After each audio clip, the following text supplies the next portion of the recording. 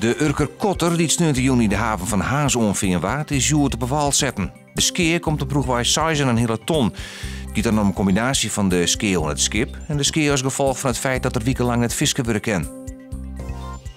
Sport op Heerenveen zal de tarriering op het nieuwe seizoen net uiteenzetten, maar de traditionele wedstrijd in een regioselectie uit Gastelon sleert. Heerenveen wil graag oefenen in ploegen van een hoger niveau. Dat wordt nou op 11 juli in Koudem voetballetje in Volendam. Er komt geen nieuw museum in Lauwerzeer. Initiatiefnemer Tom Mercure heeft het geld voor het museum, dat de naam Eb en Vloed krijgen zo, net bij elkaar krijgen. Er zou 4 miljoen nedig wezen. De provincie Greensland hier achter een heel ton reserveren, onder betingst dat de financiering op 1 april roenwezen zou. Dat was Mercure dus net slagen. De Nederlandse voetbalvrouw die met vriendin Loes Geurts en Sherida Spitsen ging verder naar de 8e finale van het WK in Canada. De ploeg won 1 keer en speelde 2 keer league en hadden daarmee 4 punten. Ze eindigen als derde in haar eigen groep.